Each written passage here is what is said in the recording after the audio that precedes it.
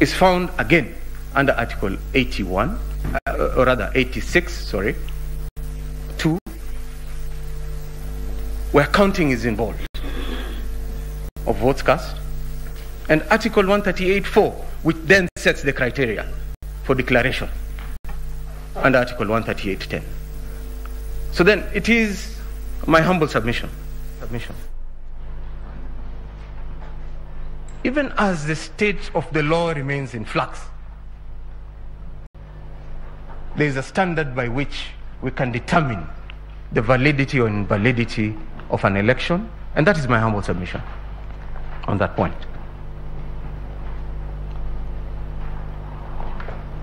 The second question, Madam Chief Justice and honorable members of the Supreme Court, directed at the first and second respondent by His Honorable Justice Lenaola, was why didn't the chairperson wait until the next day and try to reach consensus and address the 27 constituencies? It is important to point out at this juncture that the 27 constituencies had been tallied and had undergone the verification process, and were ready for announcement by Professor Guliye. My lords and my ladies, I refer the Honorable Court to paragraph 35 of the affidavit of Professor Guliye, filed in the main petition.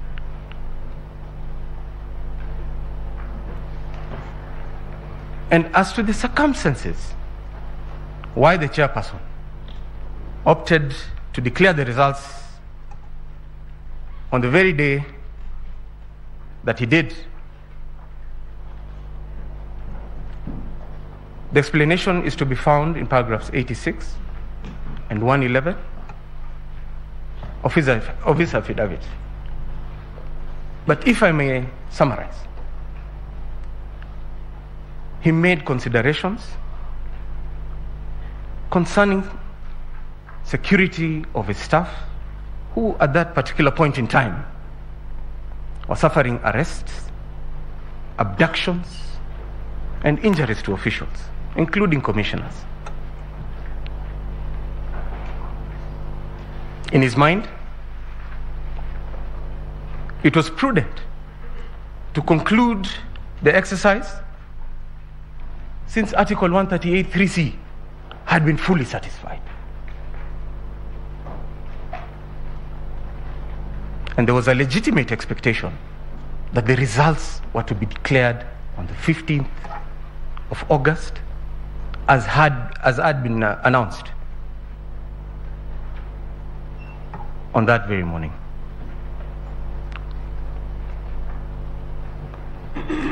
I'll quickly address the questions that were raised by Honorable Lady Justice Njoki.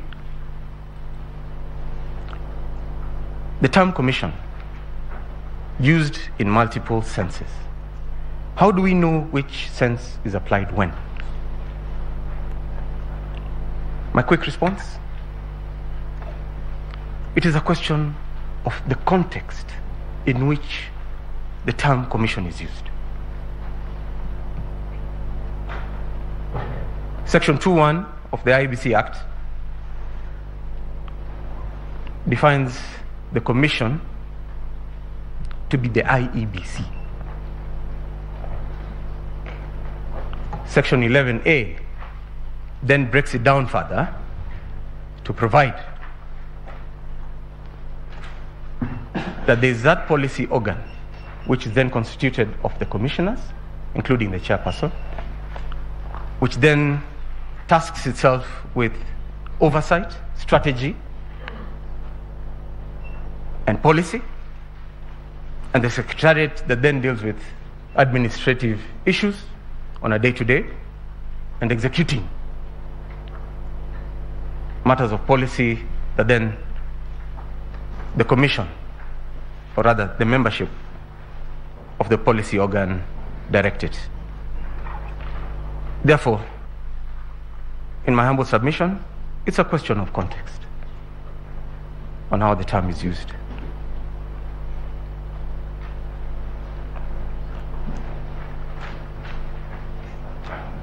What are the checks for this all-powerful chair? For instance, if he was to announce the wrong results or be incapacitated in such a manner that then he could not declare the result. The checks are to be found within the constitutional and statutory framework. Follows. Article 138 then speaks to the checks. Article 138 3C speaks to a verification and tallying process that then engages the commission, the body corporate, so that there is no room for the chair to act as a lone ranger.